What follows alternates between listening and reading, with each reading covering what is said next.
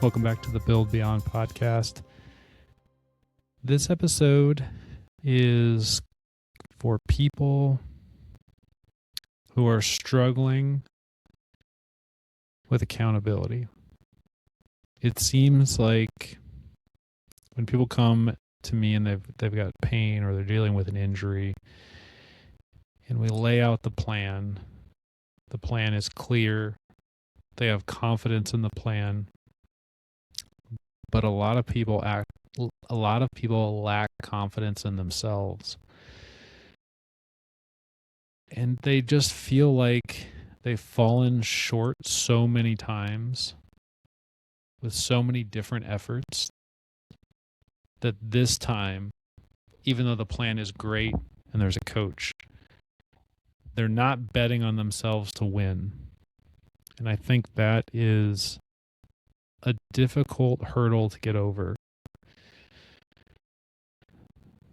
So how do we start to help someone who's struggling with accountability and struggling with belief in themselves? Now, this could be for a lot of different things. This could be for a rehab program.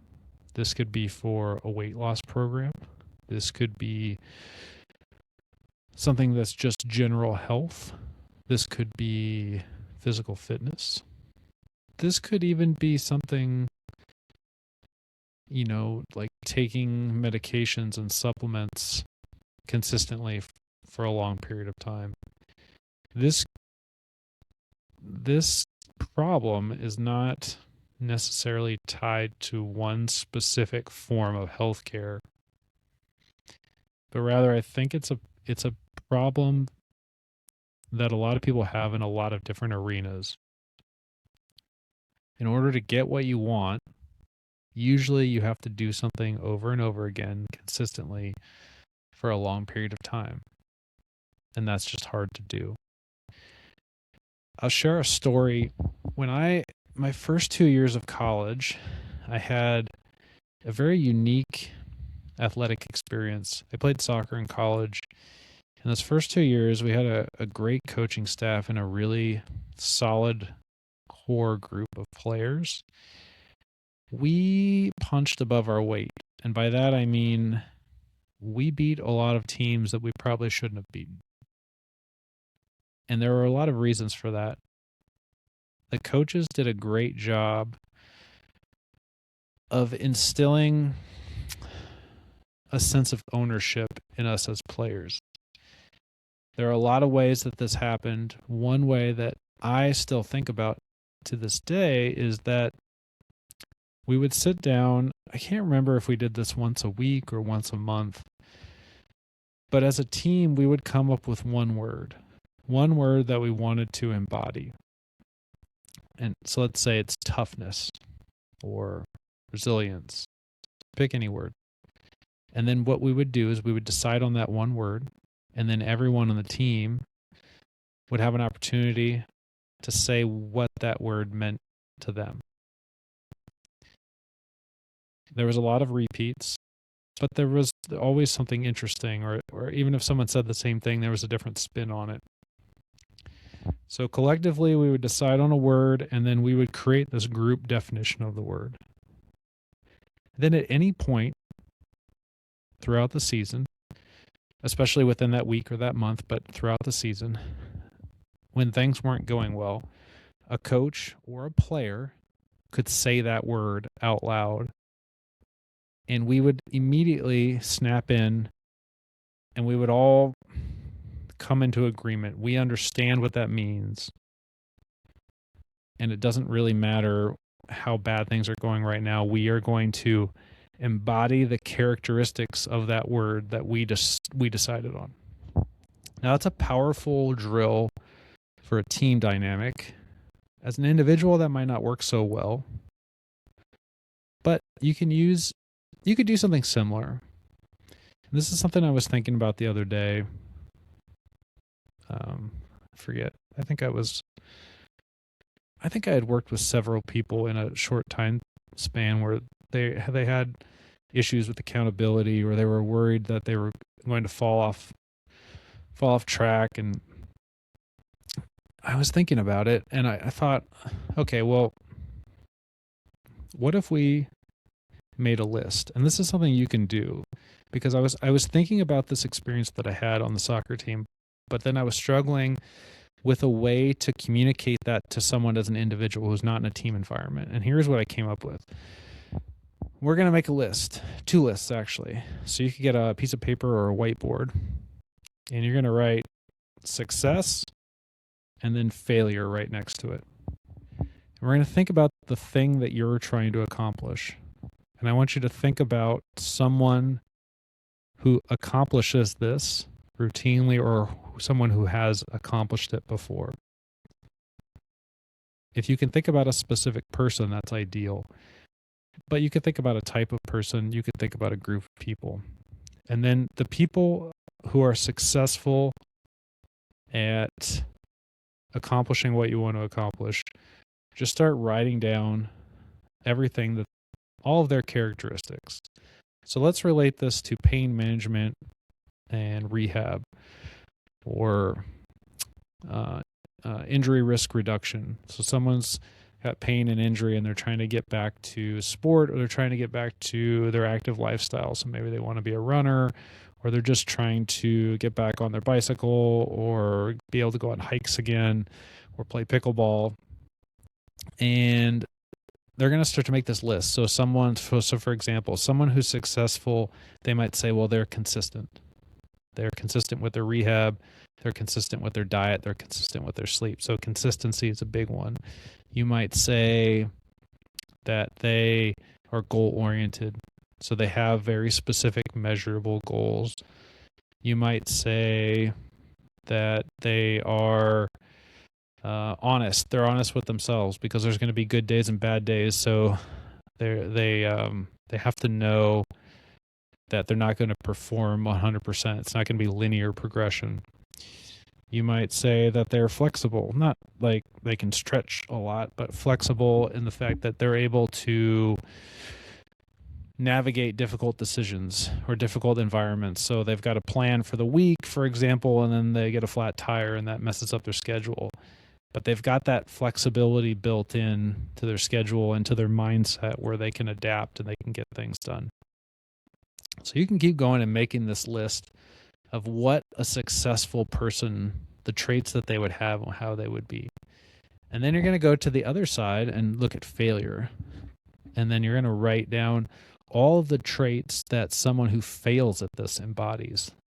So you might say like they quit too soon, or they're not mentally tough, or it can be anything. And this has the opportunity to get incredibly negative, but I'm okay with it for now, because you might be thinking about, the problem is that you might be thinking about yourself right now, like these are all the things that I embody, but that's okay for this exercise.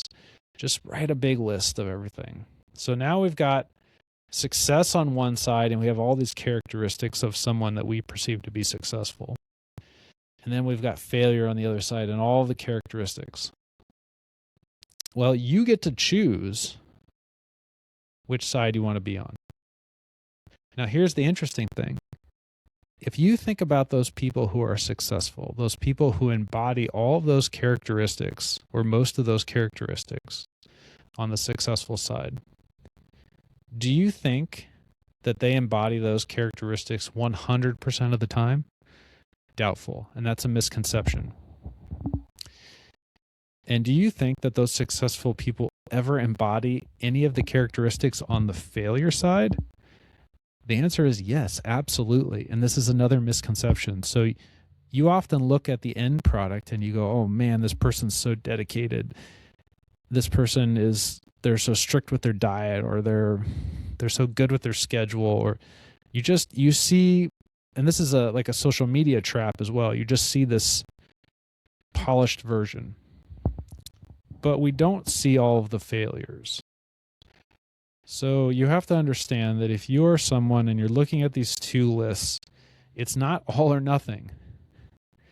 If anything, you're just looking at this list of successful traits, and let's say like 51% of the time over maybe like a year or two period, you need to embody these traits to get what you want. It might not even be that much. It might only be like a third of the time you need to embody these. And maybe you are instead of 33%, maybe right now you're at 22%. You might not be that far away. I don't know what the percentage is. I'm just making stuff up. But let's just assume it's 51%. So it's not an all or nothing thing. So don't look at that list of traits that are associated with failure and think that if you ever cross over into that list, that you're going to inevitably fail. Because that's when people give up. They're like, well, I guess I fell off track this week. Might as well quit because this isn't for me. And you need to understand that successful people also fall off track a lot. They're just able to get back on track. And there's a lot of different ways they can do that. So having a coach is very helpful. Having the right mindset is very helpful. Doing exercises like this is very helpful. If it's a team environment, having that word to bring people back quickly, that's helpful. So you fall off track, but you don't stay off track. So it's okay to fall off track, just don't stay off track for very long. And if you have to stay off track for an extended period, maybe longer than what you want, let's say your basement floods because of a tornado and your house is partially damaged. Well, you're going to fall off track for longer than what you want just because life got in the way. So that's okay. But if we're looking at the long game, a year or 2 years, it's insignificant if you can get back on track and stay on track more often than not. So I think this is how I am going to address this issue with people individually. It's not that unique of an approach. To be honest, I'm sure someone else has come up with this. I just was thinking about it the other day. I probably heard it on a podcast or something. I don't know. I want to give credit where credit is due, but this is just, I was thinking about this recently and how I was going to address this. And I thought it'd be a good episode because what I want to tell these people who I'm working with is that failure is okay. Falling off track is okay. You are going to embody some of these traits of a failure a lot of the time, probably more often than what you want. That's okay. You just have to get back on track. And if you don't know how, you got to look at that list of people who are, of traits of people who are successful, and then just pick one. Like, what can I do today? What can I do right now? Because anything's better than nothing, and it doesn't have to be this all or nothing mentality. The best way to eat an elephant is one bite at a time. Take it step by step. You don't give up. Eventually, you will get there. So this should work for a lot of people, whether it's a rehab issue, whether it's nutrition, whether it's physical fitness, whether it's anything. And sometimes, especially if you're working with a coach, you may be doing too much. And I fall into this trap as a coach and as a healthcare provider because if I don't have good communication and I'm not really listening, it's easy for me to overload somebody. And then they want to impress, they want to do well, they want to accelerate, and they take on too much and they start burning the candle at both ends. And that's usually a recipe for disaster.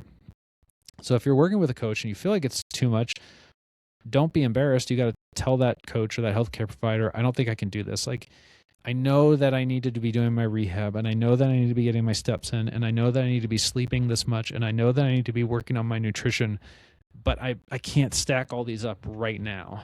Can we take something off my plate that I don't have to think about for a while? Because sometimes that I heard the other day, something I really like is focus equals subtraction. I think I got it from Alex Hormozy. Focus equals subtraction. So if you're having trouble focusing and it feels like there's too much on your plate, we have to look for a subtraction. How can we get some things off your plate? And sometimes as a healthcare provider and as a coach, I've got to do that for my people, for my patients, and for any athletes I'm working with. It's like, okay, what can you handle right now? And if you don't have a coach and you're struggling, you're thinking, why is everything, it's not working. I'm doing all these things. I should be getting the results. I shouldn't be feeling this crummy. You might be doing too much.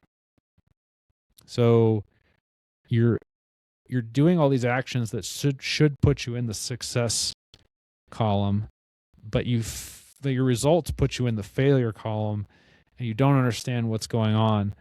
keep your eye on the prize, keep your eye on those traits that embody success, but think about the possibility that you might be doing too much and that focus equals subtraction, and you may have to take a little bit off your plate because it might not be the right time. You might just be burning the candle at both ends. Okay, that's it for this short podcast episode. I hope this is helpful. If you have any questions, let me know. Thanks for listening.